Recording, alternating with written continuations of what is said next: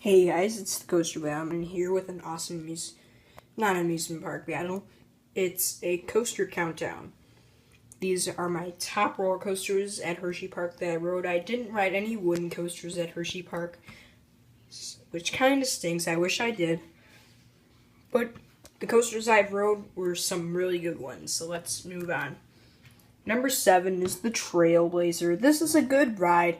It's a short ride. It's 45 miles an hour in the maximum speed. It's not a long duration of a ride.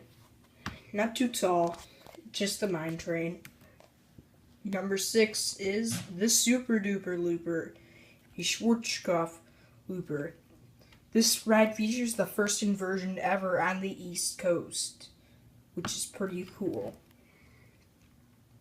This ride uses the terrain to its advantage. It's not too tall. And it just has the one loop. It's a good family coaster. Number 5 will probably cause some argument. It's Storm Runner. Listen guys, I'm not a big fan of Storm Runner. I don't know why. I'm not.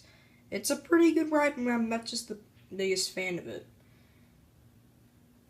And to me, I think a clone Boomerang named Sidewinder is better. This is a Vekoma Boomerang. I thought this was a good ride. I wanted to get this for my roller coaster credit, as I only rode Storm Runner once instead of twice, as I rode this ride once. This ride has a pretty good amount of inversions that you do twice each, forwards and backwards. Not too tall of a coaster. It's pretty good of a ride. Number 3 will probably cause some argument for some people. Skyrush. This ride is insane and really fun. It has a super fast lift hill. It's basically a giant version of Maverick, except without the long ride, and a miniature and a middle-sized version of Intimidator 305 at King's Dominion. This ride is pretty awesome. Even though it doesn't have any inversions, it's still very fun. But the restraints are pretty weird.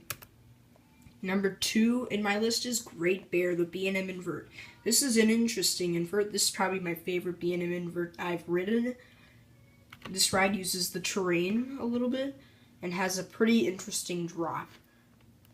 It's not the tallest invert. It's not as tall as Batman the Ride, but it's way more unique than Batman the Ride.